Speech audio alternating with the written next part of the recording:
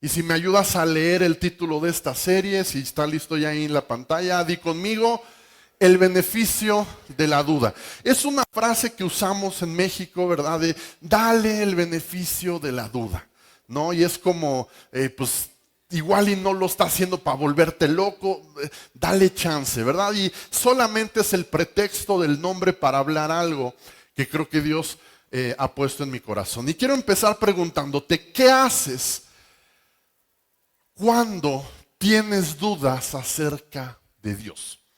Porque todos nosotros, no importa el momento de nuestra jornada con Jesús, llegan los momentos donde aparecen preguntas.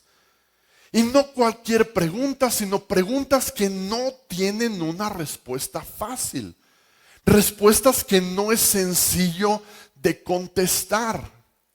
Donde probablemente has estado orando o oraste con fervor por ese amigo que tenía cáncer y a pesar de todas tus oraciones, de todas formas falleció. Y surgen todo tipo de dudas y de preguntas. Cuando hemos sufrido y nos hemos preguntado si Dios es bueno, la famosa pregunta de si Dios es bueno, ¿por qué me duele tanto? ¿Por qué Dios permite que pase por esto que me está doliendo tanto? ¿Has enfrentado dudas espirituales? ¿Alguna vez has sentido que tu fe se vuelve frágil? ¿Alguna vez has sentido que Dios está lejos, que Dios está distante, que ni siquiera te escucha? Y a lo mejor no eres tú el que está sufriendo, pero a lo mejor es alguien que amas. A lo mejor tu esposo dejó de creer en Dios por alguna situación que vio, algo que no sucedió como él esperaba y quizás tu esposo, tu esposa se distanció de Dios y eso también a ti te está causando dolor. A lo mejor tienes un hijo que creció en la iglesia, lo traías, le leías la Biblia, le enseñabas las historias, pero creció y cuando entró a la universidad empezó a escuchar otro tipo de información que causó dudas y al final ese hijito que venía y cantaba y se sabía los libros de la Biblia, al final se aleja de la iglesia, al final renuncia a su fe. Yo no sé cómo se traduzca esto a tu situación en particular, pero sumado a las dudas que a veces tenemos y estamos viviendo, tristemente a veces algunos cristianos bien intencionados, porque de corazón creo que lo hacen con buena intención, incluso seguramente yo lo he hecho en alguna ocasión, que tratan o tratamos de ayudar a esas personas que están pasando por algún dolor o alguna duda o algún sufrimiento y en vez de ayudar, empeoramos las cosas. A lo mejor te ha pasado o a lo mejor tú has sido alguien que te acercas a alguien que está sufriendo y salen estas frases trilladas que yo le digo teología de calcomanía de coche, ¿verdad? Frases como, es que no se mueve la hoja de un árbol si no es la voluntad de Dios. Y eso la Biblia ni lo dice, ¿verdad? Pero lo decimos y en vez de ayudar como que es, ¿verdad? Ay, no, es que Dios se lo llevó porque necesitaba una flor en su jardín. No sé qué cosas nos inventamos, ¿verdad? Para tratar de hacer sentir bien a la gente, pero a veces en lugar de ayudarlo empeoramos. Ahora, si tú estás aquí o me estás escuchando en la transmisión, si tú nunca has experimentado dudas, de corazón felicidades, perteneces a una minoría muy pequeña de la iglesia de Jesús. La mayoría de nosotros, incluso tú puedes estar en la iglesia, puedes estar en el momento de la adoración y puedes estar incluso con tus manos levantadas y de repente llegan estas dudas de ¿por qué no siento a Dios? Estás con tus manos adorando y vienen los pensamientos de ¿por qué Dios permitió esta situación? Y piensas cosas como todo esto es real. A mí me ha pasado muchas veces estar en la adoración y tener unos segundos en mi mente donde digo, ¿es real todo esto? ¿Realmente hay un Dios que me está escuchando? Déjame contarte, hace algunos años, uno de los momentos que más dudas ha causado en mi vida fue cuando una tía hermana de mi mamá estaba enferma, mi tía Lupita. Y ella estaba en el hospital y en aquel tiempo yo estaba teniendo un descubrimiento de Dios y de su gracia y de su poder. Y entonces comencé a soñar con un Dios que se manifestara de una forma real y tangible por medio de milagros. Recuerdo que fuimos al hospital y mi tía ya estaba muy mal, ya estaba en terapia intensiva, conectada con respiradores y estaban como pues discutiendo, por así decirlo, sino poniéndose de acuerdo quién iba a entrar a verla. Y bueno, ¿cuántos hermanos son ustedes? 8, más no sé cuántos sobrinos, más mis abuelos, más un montón de gente. Entonces, pues honestamente yo pues no estaba muy arriba en la lista, ¿verdad? Era como ya de los últimos que podían tener chance de entrar, pero yo estaba tan convencido de que Dios podía hacer un milagro con mi tía, que hablé con mi mamá y le dije, por favor, diles que me dejen pasar. E incluso le pregunté, le digo, ¿tú crees y tienes fe que Dios puede levantar a mi tía de ahí? Y no la juzgo, y por favor no la juzguen, pero en ese momento ella titubeó. Y sé por qué titubeó, porque ella ya la había visto. Y cuando la vi titubear, uno es joven, es tonto, le dije, si no tienes fe ni deberías entrar, déjame entrar a mí, yo sí creo que Dios la puede levantar. Entonces ella me cedió su lugar para pasar.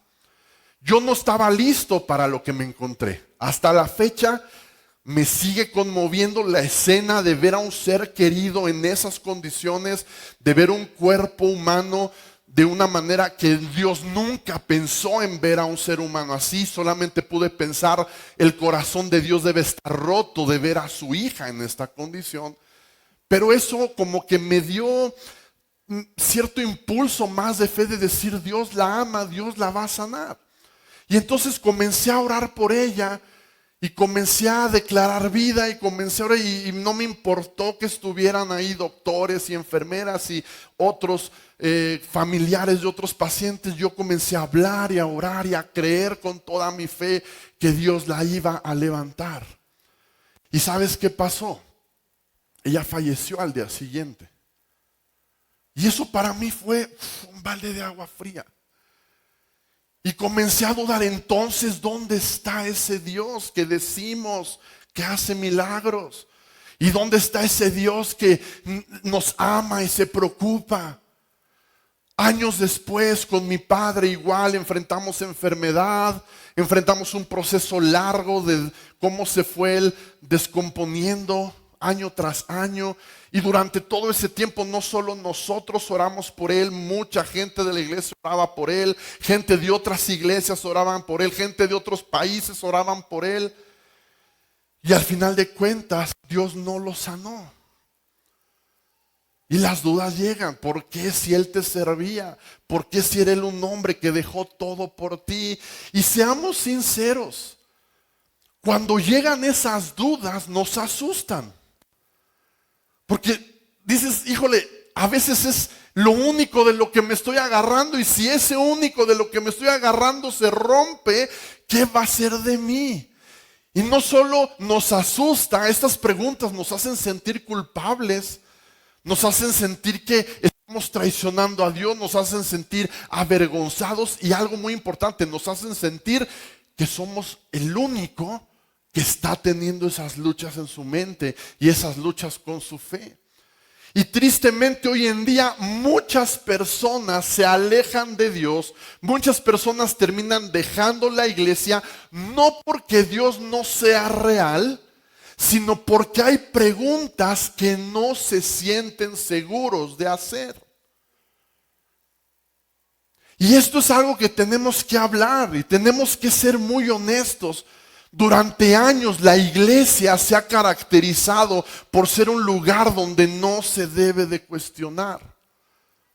Y a través de esta serie yo quiero invitarte y quiero que juntos aprendamos, número uno, cómo lidiar con las dudas personales acerca de nuestra fe, y también cómo ayudar a esas personas que pueden estar a nuestro alrededor, que están dudando, que están teniendo estos conflictos, pero ayudarlos sin presionarlos, sin alejarlos, sin vacunarlos contra Dios, con algunas de estas frases que a veces repetimos sin siquiera entender lo que significan. Y quiero comenzar diciéndote esto, y espero que esto traiga paz al corazón de muchos de ustedes, y es que la duda no es enemiga de la fe. Tienes que entender eso. La duda no es el enemigo número uno de la fe. De hecho, la duda es un camino hacia una fe más profunda y más significativa. Quiero que medites en eso un minuto. Número uno, no son enemigas. El hecho de que tú dudes, eso no significa que tu fe ya caducó. Simplemente la duda es un camino que, si lo sabes andar, si lo sabes transitar, te va a llevar hasta una fe más sólida, hasta una fe más firme, una fe más profunda y con mayor significado, donde ya no vas a necesitar repetir frases trilladas que has oído, sino que vas a poder hablar desde tus propias convicciones. Ahora quiero que sepas algo interesante de la naturaleza humana, y vas a estar de acuerdo conmigo, es nuestra capacidad de identificarnos. ¿Y a qué me refiero? Los seres humanos tendemos a desconfiar de aquellas personas cuyas vidas se ven perfectas. Como que vemos gente con todo resuelto, todo funciona bien, su esposa increíble, hijos increíbles, trabajo increíble, cero deudas, todo perfecto. Además es guapo el desgraciado, ¿verdad? Y tendemos ¿verdad? Es como, no me caes muy bien, ¿verdad? Porque comparamos su vida perfecta con nuestro caos y por supuesto tendemos a desconfiar. En el fondo sabemos que no todo puede ser tan perfecto. En el fondo sabemos que si eres humano, por definición llevas caos en tu vida. Y si yo no veo caos en tu vida, presiento que lo estás escondiendo, entonces como que no confío en ti. Por el contrario, tendemos a confiar y nos agradan las personas con las que podemos ver problemas en común. ¿Cierto? Yo no sé si te pasaba a ti en la escuela, pero yo recuerdo que en la prepa, en la vocacional, había un tipo con una mesita, su pupitre, perfectamente ordenado, todo acomodado, mochila limpia, no estaba rota, ¿verdad? Ya no llevaba uniforme, pero sus zapatos boleados, sus tenis limpios, él impecable, olía bien, ¿verdad? Se sentaba derechito, no hablaba en las clases, ponía atención, sacaba dieces. Yo decía, este tipo, es un asesino serial. Él no es normal, algo esconde, ¿verdad? Mamás, cuando vas a la escuela y ves a esa mamá que se baja, o sea, son las 8 de la mañana y ya va peinada, maquillada, bien vestida, y tú vas en pijama, de esas pijamas de polar que ahora, que dices, por favor no salgan así, o sea, pónganse un pants, ¿me explico? Bueno, pero llegas así con el pelo nomás recogido, ¿verdad? Y sin maquillar, y ves a esa mamá con sus hijos así perfectamente vestidos, mochila lonchera, ¿verdad? Donde les horneó galletas. ¿A qué hora horneas galletas? Yo con trabajos logro ponerle los chones y los calcetines para que... He traído niños sin chones a la escuela, ¿me explico? ¿En qué momento tú puedes hacer todo eso? Entonces desconfías. Todos hemos estado en un supermercado, en un lugar donde ves a un papá, una mamá, cuyo hijo está haciendo un berrinche tamaño Dios, tirado en el piso, berreando, pataleando. Tú ves eso y dices, esta es mi tribu, ¿verdad? Con él puedo hacer amistad, con esa persona, vente, te invito a comer, vamos a... Porque tendemos a conectar con aquellos quienes vemos situaciones en común. Lo mismo sucede con las dudas. Yo no sé tú, pero yo encuentro extrañamente confortante escuchar las dudas de otras personas. Yo encuentro especialmente animador cuando escucho a un pastor hablar de un problema que vivió o está viviendo, cuando veo a cierta persona ser vulnerable y mostrar problemas y situaciones que los hacen reales, y entonces es cuando digo, ¡ay! sí tengo esperanza, sí puedo conectarme con esta persona. ¿Y sabes qué es lo increíble? Que la Biblia está llena de esos. Por ejemplo, encontramos a Sara y a Abraham, estos viejitos, ¿verdad? Que Dios les promete tener un hijo en su edad avanzada, y ellos se preguntan, ahí por ahí tengo la lista de personajes, Sara y Abraham, después de la promesa ellos preguntan, Dios, ¿en serio vamos a tener un hijo a los 100 años? Eso es imposible, ¿verdad? Tenemos al pueblo de Israel que Dios los libró con milagros y prodigios de la esclavitud en Egipto y están en el desierto y empiezan a dudar y dicen, no, mejor nos hubiéramos quedado a morir en Egipto, ¿para qué tan lejos? Tenemos también la historia de Gedeón. Gedeón, este hombre al que Dios llama y él tiene dudas y entonces le pone pruebas a Dios, ¿verdad? Y le dice, Dios, si realmente estás conmigo, pruébalo. Lo que muchos no saben es que Dios ya se lo había probado 2 veces y todavía estaba dudando. Yo veo a Gedeón y digo, ay, se parece tanto a mí, ¿verdad? Queremos prueba tras prueba tras prueba para asegurarnos que Dios está con nosotros. Tenemos a Juan el Bautista, primo de Jesús, que cuando lo vio venir al Jordán y Juan estaba bautizando, les dijo a todos, ahí está, ese es el elegido, ese es el Cordero de Dios, miren, ahí está. Pero 3 doritos después, como dicen los chavos hoy, 3 doritos después está Juan encerrado en la cárcel, preguntándose si realmente era Jesús el Mesías o se había equivocado. Tenemos por último al famosísimo Tomás. Tomás, el que dijo, yo no voy a creer que Jesús resucitó a menos que lo vea con mis propios ojos. ¿Sabes? A mí me encantan estos personajes. Me encantan sus dudas. ¿Sabes por qué me encanta verlos y leerlos?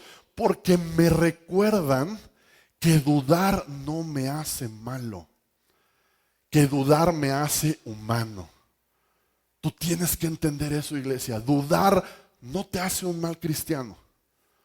Dudar no te hace un mal seguidor de Jesús. Dudar no te hace una mala persona. ¿Sabes qué? Dudar es una evidencia de que somos seres humanos. Y por encima de estos ejemplos que te acabo de mencionar, hay uno que descubrí en estos días que me sorprendí de no haberme dado cuenta antes, y son los discípulos de Jesús. Contexto: Jesús fue a la cruz, murió, y 3 días después Él resucitó, se levantó de los muertos. Y los evangelios nos cuentan al menos 13 veces en las que Jesús se reunió con sus discípulos. Al menos 13 ocasiones en las que Jesús resucitado se aparece a sus discípulos, a sus seguidores. La Biblia nos cuenta que en una les preparó el desayuno, pescado a las brasas a la orilla de la playa con Jesús. ¡Qué increíble! Comió con ellos, platicó con ellos, convivió con ellos al menos 13 ocasiones después de resucitar. Sin embargo, en Mateo 28 nos cuenta que Jesús les dijo, bueno, llegó el momento de mi despedida, los veo en tal montaña, lleguen allá, allá nos encontramos. Y Mateo 28:16 dice, los 11 discípulos, porque uno ya no estaba, ¿verdad? Uno ya lo cancelaron. Los 11 discípulos fueron a Galilea, la montaña que Jesús les había indicado. Cuando lo vieron, ¿qué hicieron? Lo adoraron. Ojo, 3 palabras muy poderosas, di conmigo, pero algunos dudaban. ¿Qué te parece? Algunos dudaban. Ahora, ¿quiénes son los que dudaban? ¿No eran enemigos de Jesús? Los que dudaban no eran extraños. Los que dudaban no eran romanos ni fariseos escépticos. Eran sus discípulos. Eran gente que caminaron con Jesús, que lo escucharon enseñar, que lo vieron echar fuera demonios, lo vieron sanar personas, vaya, lo vieron caminar sobre el agua, lo vieron resucitar muertos. Aparte de eso, 13 veces después de resucitar lo vieron, les hizo de desayunar. algunos adoraron, pero algunos dudaron.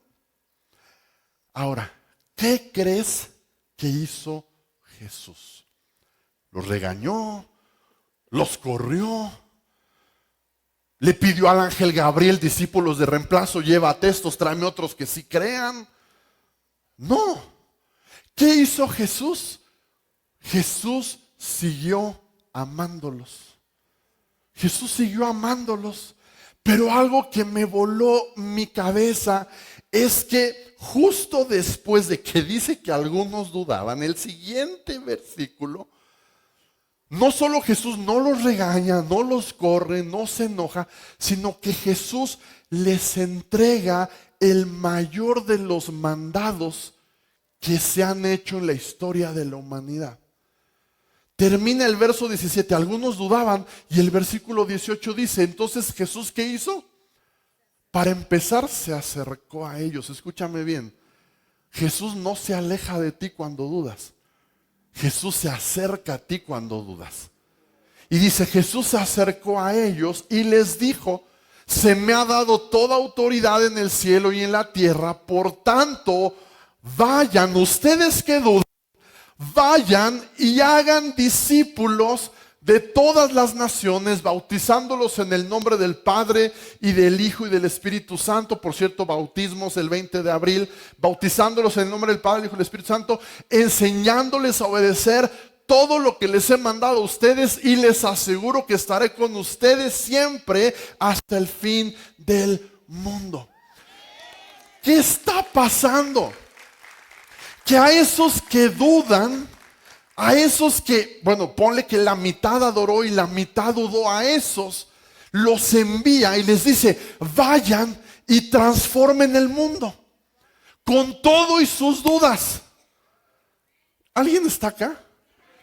Jesús no se asusta con tus dudas. Jesús no cambia de planes porque tú dudes o yo dude. Jesús con todo y las dudas nos envía. ¿Sabes por qué? Porque Él sabe que la duda no es enemiga de la fe. Jesús sabe que la duda es un camino a una fe más profunda y más significativa. Y esos 11 que algunos dudaban, mi amigo, 2000 años después seguimos aquí por el trabajo de esos 11. Que con todo y dudas lo hicieron y lo hicieron bien. Si ellos pudieron a pesar de sus dudas, mi amigo, tú y yo podemos a pesar de nuestras dudas. Ahora, ¿por qué dudamos? Vamos a bajarle de velocidades. ¿Por qué dudamos? Yo encontré 3 razones por las cuales la duda puede invadirnos. Número 1, porque tenemos preguntas que no podemos responder. Así de sencillo. Hay preguntas en nuestra vida cristiana que simple y sencillamente no tenemos la respuesta. ¿Por qué dudamos? Porque nos enfrentamos a situaciones en nuestra vida que desde nuestra perspectiva nos parecen injustas. Si yo estoy buscando a Dios, si mi papá era pastor, si mi amigo, si no hacía nada malo, ¿por qué pasa esto? Se nos hace injusto y entonces no entendemos y llega la duda. Y número 3, dudamos porque sufrimos heridas que simplemente no podemos resolver, no hemos podido sanar, y todo eso se traduce en dudas. Ahora, cuando eso sucede, ¿qué tenemos que hacer? Debemos aprender a manejar la presión de dudar. Lo voy a volver a decir. ¿Qué hago cuando me enfrento a las dudas? Tengo que aprender a manejar la presión de dudar. ¿Por qué? Porque si no aprendo a manejar la presión de dudar, me voy a romper. ¿Qué pensarías si te digo que al paso de los años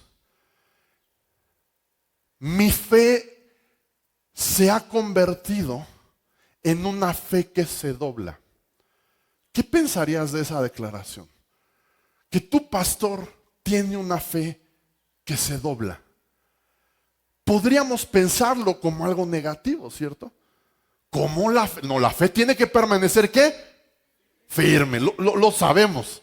Lo pensamos así, no, la fe tiene que ser inquebrantable. La fe tiene que ser una fe que no se doble. Pero ¿sabes qué? Una fe que no se dobla es una fe que se rompe. Una fe que no se dobla es una fe que se va a romper. Yo no sé si tú sepas que todas las construcciones, todos los edificios que el hombre ha construido se pandean. Estas traves que tú ves aquí gigantescas en el auditorio se pandean. ¡Ay, salgámonos todos! ¡Se va a caer! Esas columnas, toda la estructura, cuando tiembla, se mueve. Aquí hay ingenieros que no me van a dejar mentir. Si algo no se pandea, si algo no tiene la flexibilidad necesaria, se rompe. Hace unos años subieron un video a redes sociales de un estadio que se llama La Bombonera. No recuerdo si está en México o está en otro lugar del mundo. ¿En dónde? En Toluca. Suben unos videos de La Bombonera en un festejo de un gol. Entonces se ve la unión de dos secciones de butacas así, moviéndose. Entonces diciendo, qué barbaridad, esto se va a caer, qué inconscientes. Y después salen los ingenieros a explicar, si eso que tú ves moviéndose así cuando brincan, no se moviera, ese estadio ya se hubiera caído. Todos hemos estado en algún puente y pasa un tráiler, ¿cierto? ¿Cómo se mueve ese puente? Se mueve peor que yo si le haces así, ¿me explico? A veces llega mi hija y me dice, pancita de gomita, y me empieza a hacer así. Tiembla más ese puente, me explico. Pero ese movimiento, ya, paren de reír, ese movimiento es necesario, porque si no tiene esa flexibilidad, colapsaría.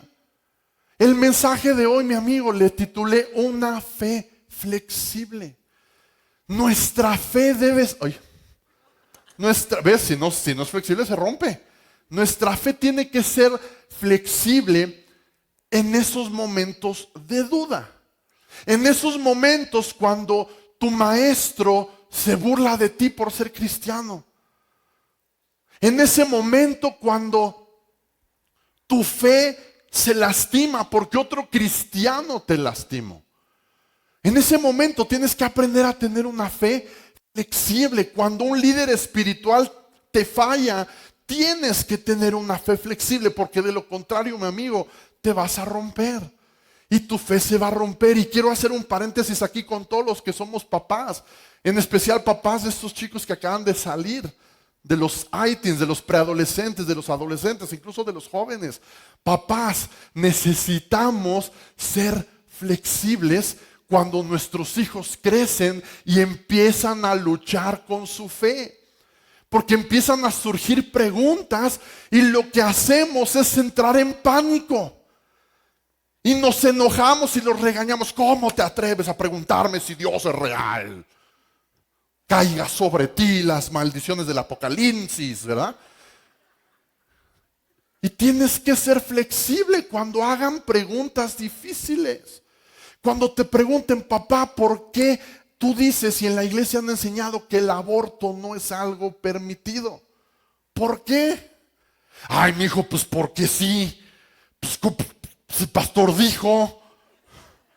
Sí, papá, pero la Biblia, ni siquiera aparece la palabra aborto en la Biblia. Ya le pregunté a ChatGPT y ChatGPT dice que la Biblia no menciona el aborto. ¿A quién le preguntaste, dices? Ya no te acerques a ese señor, te va a robar. Los chavos de hoy, tú ya no les puedes decir porque así es y te callas. Tú ya no te los puedes marear con porque el pastor dijo o porque lo que sea. Cuando esas preguntas difíciles empiezan a aparecer, tienes que ser flexible. ¿Por qué? Porque ellos han crecido viendo tu fe, pero llega el momento que tienen que hacer ciertas preguntas para lograr que tu fe se convierta en su fe. Y no hay manera de trasladar tu fe a tus hijos si no es por medio de sus propios procesos de duda. Entonces, cuando llegan las dudas, no es tiempo de enloquecer, es tiempo de procesar, es tiempo de caminar con ellos y estar dispuestos a decir, no sé, no sé. ¿Sabes qué? Me acabo de dar cuenta gracias a ti que no sé. Vamos a investigar. Vamos a preguntar. Vamos a leer, vamos a aprender y llegamos juntos a una conclusión. Y quiero cerrar este paréntesis diciéndote que la iglesia y el hogar deberían ser los lugares más seguros para hacer las preguntas difíciles de la vida.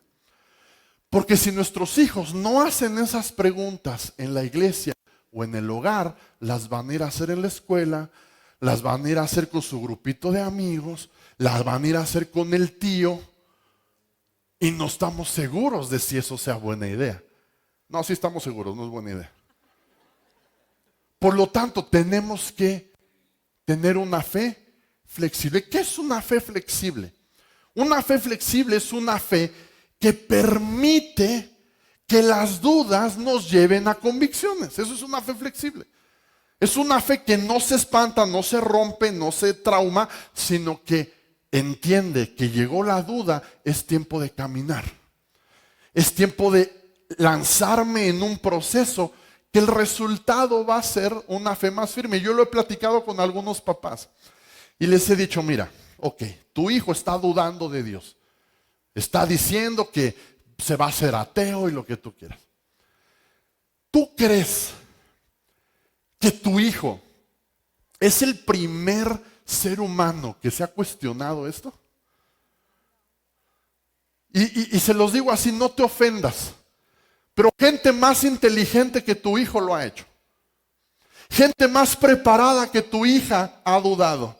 Gente con coeficientes intelectuales que nos darían miedo han dudado de nuestra fe a lo largo de 2000 años. ¿Y sabes qué ha pasado? Aquí estamos. ¿Tú crees que tu hijo va a derrumbar la fe cristiana?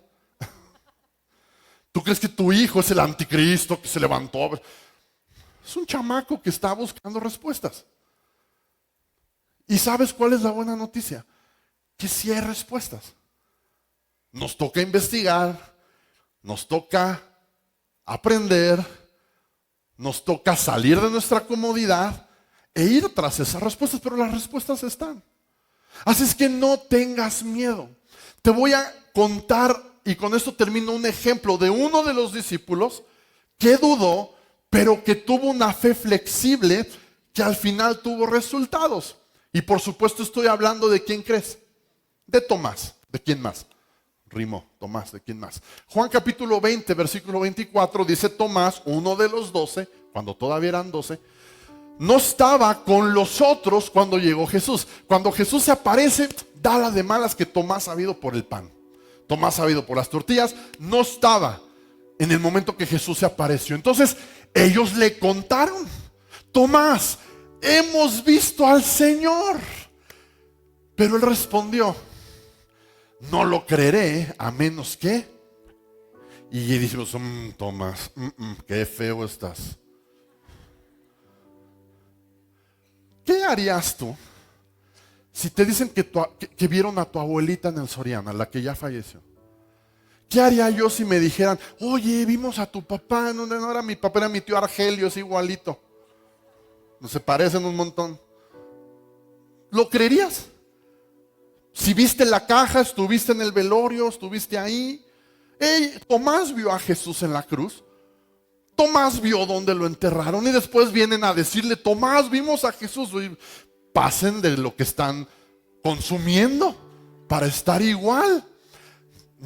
Pero él los vio tan convencidos que les digo, no les voy a creer a menos que vea las heridas en sus manos, que meta mi dedo, se puso medio sádico, que meta mi dedo en ellas y ponga mi mano dentro de la herida de su costado. Hasta que pase eso voy a creer. Pero aquí es donde entra la fe flexible. La fe flexible de que estoy dispuesto dispuesto a seguir creyendo si esto es real. Quiero que entiendas eso. Tomás no está haciendo nada del otro mundo. Tomás simplemente está diciendo, yo no voy a creer algo que no puedo verificar. Me dices que Jesús está vivo, déjame tocarlo, déjame verlo. Si lo veo, ¿qué? Voy a creer. ¿Alguien está acá? Es lo que todo ser humano normal haría. Si yo ahorita agarro y te digo, ¿sabes qué? Aquí afuera me encontré a, ¿quién te gusta? A Luismi. Lo vi estacionando su camionetón con sus guaruras que dijo que venía a la iglesia y que al final va a cantarle Incondicional. Pero antes de eso vamos a pasar al bote de las ofrendas porque necesitamos darle algo a Luismi. No sean así. ¿Cuántos dirían, sí, yo pongo? Neta pondrían, a ver, anfitriones, tráiganse los botes, dicen que sí pondrían. Tú no harías eso si no puedes, si no primero mandas a tu hijo, a tu esposa, a ver, asómate, a ver si al menos ves unos camionetones allá afuera, ¿no? Y ya harías algo, ¿me explico? Porque verificas si es real y entonces lo crees y haces algo. Nadie cree en algo que no ha probado. Mi amigo, si tú y yo estamos aquí es porque hemos probado de alguna o de otra manera que Dios ha sido real en nuestra vida. Por eso estamos aquí. Ahora, no necesariamente viendo, tú y yo no podemos probar la realidad de Jesús viendo, esa época ya pasó, pero Tomás sí podía. Tomás estaba en una época donde Jesús estaba ahí. A nosotros nos toca creer con otras evidencias, pero evidencias hay. Lo podemos probar de alguna manera. Ahora, Tomás sí podía pedir una prueba visible. Tú y yo no lo podemos hacer. Pero ¿cómo la fe flexible de Tomás se convirtió en una convicción profunda? ¿Cómo pasó Tomás de no creer y decir hasta que yo lo vea? ¿Cómo pasó a tener una convicción profunda? En el versículo 26 dice así: 8 días después, los discípulos estaban juntos de nuevo. ¿Y qué crees? Esa vez Tomás sí estaba con ellos. Quiero hacer un paréntesis ahí. ¿Qué haces cuando dudas pero tienes una fe flexible? ¿Sabes qué hizo Tomás? 8 días después regresó. Tomás dudó y dijo hasta que yo no vea. Pero pasaron 8 días. ¿Y dónde estaba Tomás? Donde tenía que estar. Tomás no dejó la iglesia. Tomás no dejó su grupo Conexión. Tomás no se salió del WhatsApp de los amigos cristianos. Tomás regresó a donde tenía que estar. 8 días después Tomás se encontraba ahí. Las puertas, dice, estaban bien cerradas, pero de pronto, igual que antes, de repente Jesús estaba de pie en medio de ellos y dijo: la paz sea con ustedes. Entonces le dijo a Tomás, qué bárbaro Tomás, sabía que no podía confiar en ti. Algo sabes, yo no me dabas buena espina, Tomás, vete de aquí. No, le dijo: Tomás, ven, pon tu dedo aquí, mira mis manos, mete tu mano en mi costado, aquí fue, mira. Ya no seas incrédulo, cree. Algunos tomamos esas palabras de Jesús como un regaño, pero no. Simplemente le está diciendo, tú necesitabas esto para creer. Bueno, pues ya no necesitas ser incrédulo, ya puedes creer, ya lo viste. ¿Y qué pasó con Tomás? Exclamó: mi Señor y mi Dios. Se dio cuenta que era cierto. La clave está en eso. 8 días después, Tomás regresó, volvió, no dejó el grupo, no dejó la iglesia. ¿Y sabes qué? Igual que muchos de ustedes, que aunque estás dudando, volviste y aquí estás. Eso es lo que tienes que hacer. Una fe flexible no es una fe que tira sus Barbies y se va y se aleja y dice: ay no, ya no quiero. No, una fe flexible es la que dice: regreso porque ahí es donde tengo que estar. Aunque esté dudando, aunque tenga preguntas y todavía no tengo respuestas, pero estoy donde tengo que estar, donde debo de estar. Y ahí, tras puertas cerradas, Jesús se aparece y no lo regaña, no lo avergüenza. ¿Qué hace Jesús? Le da a Tomás exactamente lo que necesitaba para seguir creyendo. Le da las pruebas, le permite verificar lo que le habían dicho. Entonces Tomás cree: yo tengo fe que lo mismo va a hacer Dios contigo. Dios te va a dar las pruebas que necesites para creer en Él. ¿Por qué? Porque Dios no está distante en tus dudas. Jesús no se aleja del que duda, Jesús se acerca al que duda y le da las pruebas que necesita para seguir creyendo. Él te da lo que necesitas. Escúchame, si te sientes lejano, si sientes a Dios lejano, acércate a Él, porque Él se acerca a ti. Puedes cuestionarle, puedes preguntarle, puedes luchar y argumentar con Él. Puedes dudar. En la Biblia encontramos a Jacob antes de que le cambiaran el nombre a Israel. ¿Qué hizo con el ángel? Que muchos teólogos creen que era Jesús mismo. ¿Qué hizo con él? Le invitó a un café, platicaron, peleó con él, se dio un agarrón con Jesús. ¿Qué hizo Job cuando le fue de la patada después de que era un hombre justo? ¿Qué hizo Job? Ay, sí, Jehová dio, Jehová quitó. Sí dijo eso, pero también se aventó unas discusiones acerca de que él consideraba injusto lo que le estaba pasando. Yo lo digo así: Dios no se espanta con tu sinceridad.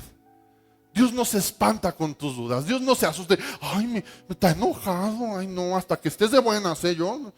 No, Dios sabe manejar con tus enojos.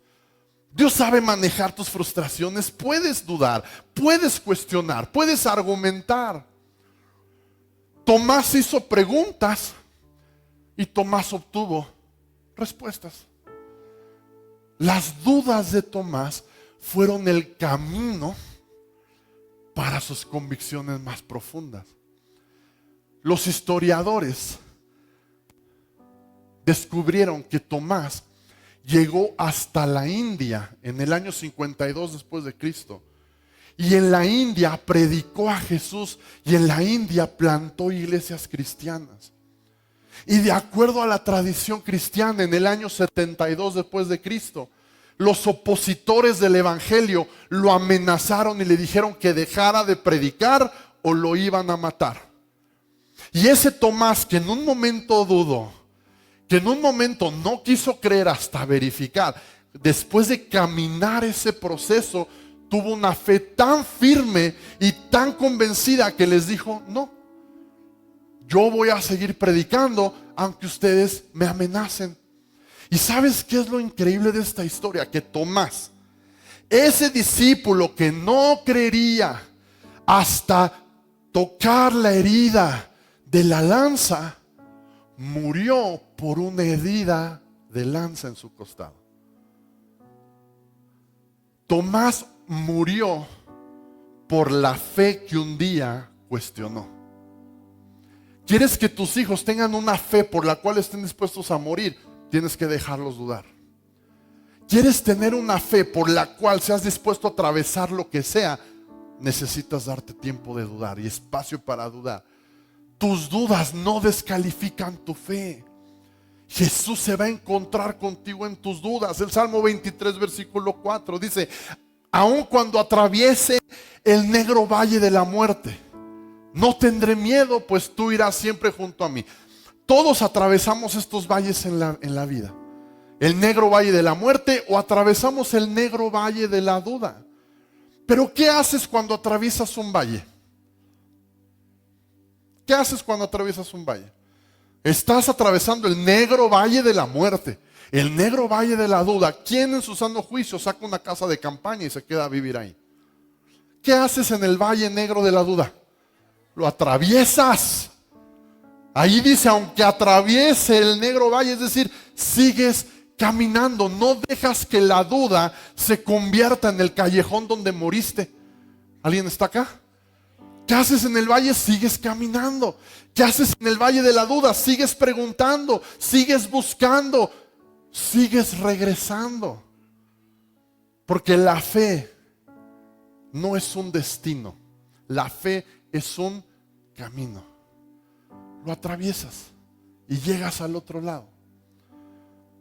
He orado por milagros. La mayoría de esas veces no ha sucedido un milagro.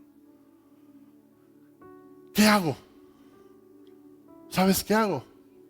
Sigo orando, sigo creyendo, ¿Sigo buscando a Jesús? Y aunque muchas veces mi respuesta no ha sido respondida, otras tantas sí ha sido respondida. Y hemos tenido aquí milagros de riñones nuevos. Hemos tenido milagros de cánceres que han sido sanados. Hemos tenido gente librada de secuestros. Hemos tenido un montón de matrimonios restaurados. Hemos tenido un montón de milagros. Pero aunque no sucedieran, yo sigo creyendo, yo sigo caminando y sigo buscando a Jesús. Porque la duda no es enemiga de la fe. La duda es un camino que me lleva a una fe más profunda y más significativa. ¿Por qué no cierras tus ojos y oramos?